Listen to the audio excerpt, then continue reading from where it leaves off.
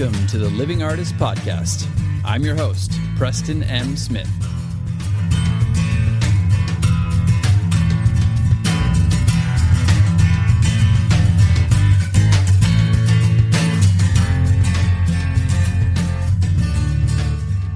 Hey, everybody. Welcome to the Living Artist Podcast. I'm Preston M. Smith, at PMS Artwork everywhere on internet land and socials. I want to thank you for landing on this podcast. Whether you're a professional artist, just getting started in the art world, a collector of art, or just consider yourself a creative person, this podcast has something for you. I like to think of it as a fun way to rant and talk to other creative people about living the life of an artist, surviving and getting ahead in the art world, and enjoying your life. But most importantly, not waiting until you're dead to make it happen. All right, let's get started.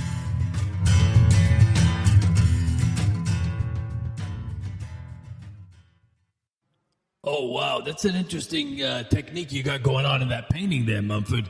But I'm kind of confused. What are you trying... Don't sweat the technique. Whoa. Mumford, what's going on? I'm just trying to ask you where your painting idea Don't comes sweat from. the technique. Oh, jeez. Okay, I get it, Mumford. You're just going to keep interrupting me. Now I'm just kind of worried that we're going to get sued by Eric B. and Rakim. Mumford? Are you there? Where did he go?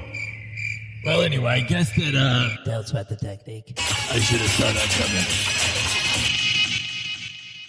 coming. Welcome back to the podcast, everybody. Coming to you live from the floor again.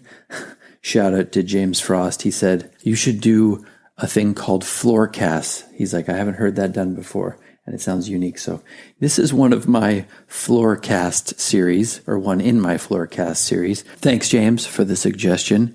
Yes, just got through 2 weeks of very rough treatments where I was pretty debilitated. So I am coming to you live from the floor again.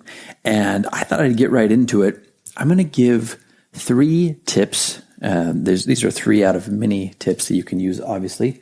But these are on my mind right now. And I thought I'd give you 3 tips to making your artwork and painting specifically more interesting. The first one is kind of technical, and it's something that I've liked to do over the years. And it can be done with old paintings. It can be done with new paintings. It can be done with, old artworks or old, surfaces that you found or unique surfaces you found. But I like to use layering in an interesting way. I think that makes your painting or artwork. I mean, you can do this with photography too. I know people layer stuff. I know people who even paint over photography as a layering technique. That's interesting too. But specifically with painting, what I'm talking about is I have used old paintings many times.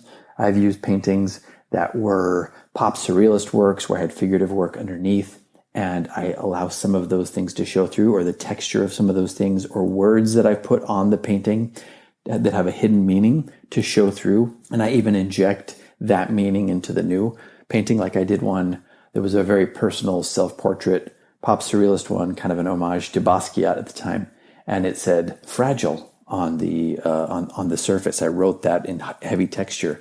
And so I painted this really big, textured, kind of semi-geometrical, but not just like fluid oil painting on top of this. And it was very emotional, and it had, those feelings in there, but you could kind of make out the word fragile a little bit through some of the texture if you really looked. And it really enhanced the piece, and it made, it brought some more meaning into it. So that's one way you can do it. You can be creative with this too. I've purchased or been loaned or you've been given paintings from other artists before who have, painted all over stuff, and whatever, the painting didn't work out, and they were just, they wanted to get rid of the canvases, or they wanted to sell the canvases.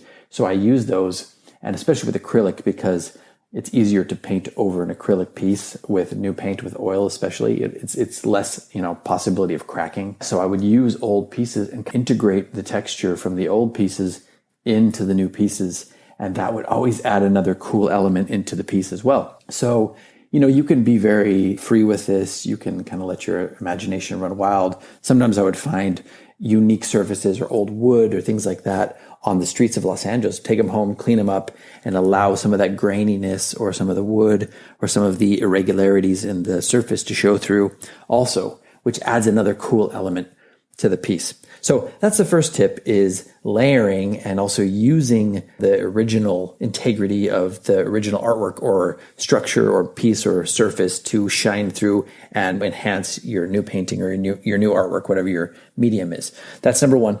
Number two is personalize. Yes, personalize. We've talked about this a lot. We've talked about this with your story, becoming personal, developing your story as a way in to let people in so they can kind of relate to you. But you can also do that with your individual artworks. I would say if you're thinking about doing anything powerful, like an emotional piece, or you're thinking about doing, let's say, like a political piece or anything like that. Sure, let's say you're a pop surrealist artist and you want to do a painting about some of the political or international nonsense that's going on in the world right now. And you wanted to let's say you just wanted to paint some of these figures realistically or integrate them into it. That's fine. That's one way to do it. And there's a lot of people who do that well.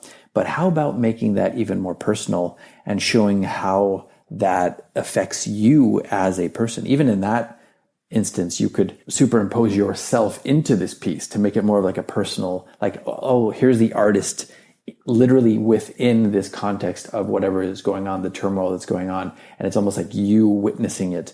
Or you could take it more abstract than that and really focus on your specific emotion, or maybe some of this stuff has actually impacted you.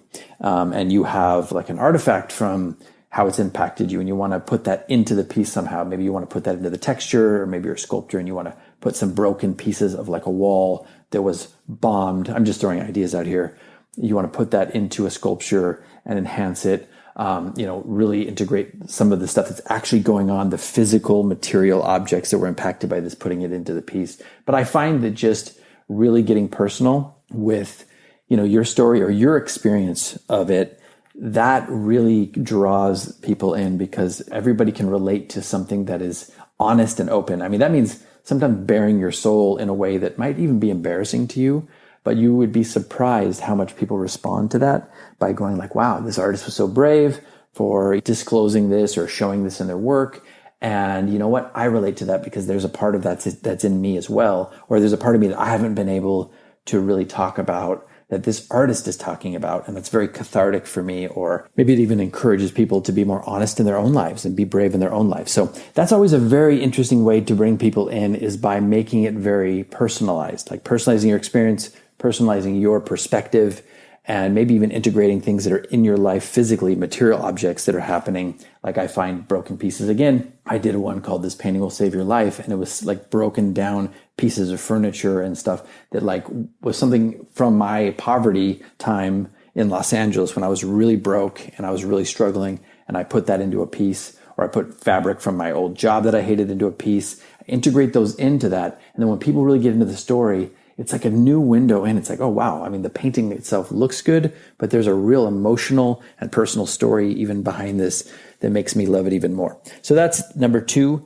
getting personalized. So we got layering, using, the surface or the objects in your layering as number one. Number two is getting very personalized.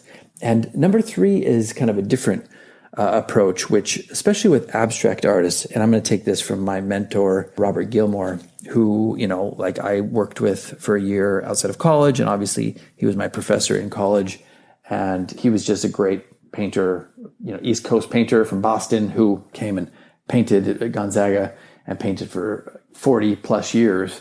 And I learned so much from him, and our conversations were so good, but he would always talk in his like thick Boston accent. He kind of just like talk over your head, and he'd be like, if you want to make your art more interesting, you zero in on it.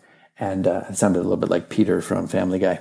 But anyway, so you zero in on something. For example, like instead of just going like, I'm going to make something very abstract. A lot of people who are trying abstract art don't really know how to just, get into, it's like, oh, it's just brush strokes and colors and, textures. And no, but there's a lot more to it. There's perspective in abstract. There's layering. Yes, there's color theory. Yes, there's negative space. There's a lot of stuff that goes into abstract art. For me personally, it's about latching into an emotion. But let's say you're starting out, or let's say you're just kind of stuck as an abstract artist and you want to try something new. Well, take something that might be figurative or something that might be representational, and take a camera, take a picture, and zero in on that until it gets so close that it becomes abstract. And you can find little things. You can look through the picture and find little elements that are inspiration to make something more interesting. Like I used to do, because I was actually always a figurative artist before I became abstract, and I would start like zeroing in on the face, like get really close to the face, like maybe just part of the nose and the lips and the cheek. And if you got close enough, it created this different texture and movement through in the piece that kind of brought you in. And maybe you could see the representational aspect of it, but it existed on its own as an abstract piece too.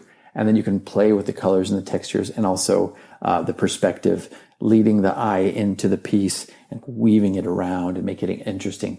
That's another unique way to do this. And you can play with this with representational art too. It doesn't have to be for abstract artists. If you want to make a landscape interesting, most people do a very, aerial or bird's eye view of something or something that's really far back. Why not zero in on something? Like, okay, let's do a landscape. Instead of this whole landscape of this forest and trees, maybe zero in on just a few leaves, like get really close. Maybe that's interesting. So play with this idea. And I think that is, that's 3 good ways to think about, or maybe even spark some new ideas of thinking about how to get your artwork to be a little bit more interesting to the viewer. And also, even if you're just stuck, if you're having a block, these are all little hacks that you can do to find endless ways to be inspired to create something. It's like, okay, well, if you're an abstract artist and you're always creating from inside of you, inside of yourself, it's like the Pollock thing. If you always create from inside yourself, you repeat yourself. I don't agree with that, because I think we're always changing and evolving. But I do think that if you're stuck, you can find some of these techniques as a launching point, as a spark to get some ideas going. Or you can even just do a series off of these. You could do 10, 15, 20 of these that are, inspired by one of these concepts. And boom, there you go. You got a little body of work right there.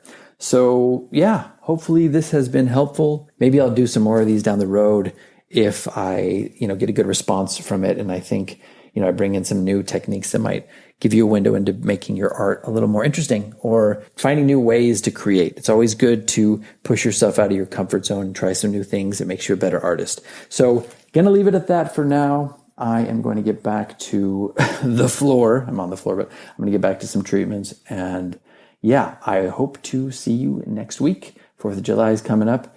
Try to stay out of the madness. Stay safe. Yeah, take care of everybody out there and take care of yourselves. We'll see you next time. Bye-bye. Yeah, so like I was saying, just what the hell? Uh-oh, Mumford, I think someone's at the door. Don't worry about it. Be cool, my babies. Let me check it out. Hello? Can I help you? Yes. Mumford, is it? That's me.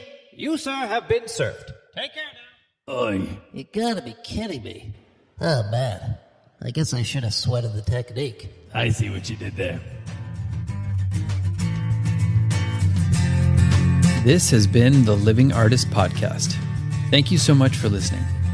I just want you to know that I appreciate you being here, and I'm grateful to be in your ears.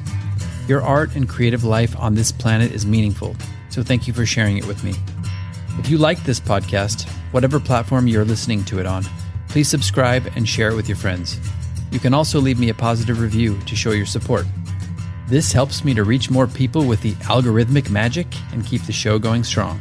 If you want to see more of what I do and check out the art that I create, you can visit my website at www.pmsartwork.com or follow me on social media everywhere at PMS Artwork. That's it for now. See you back here next time.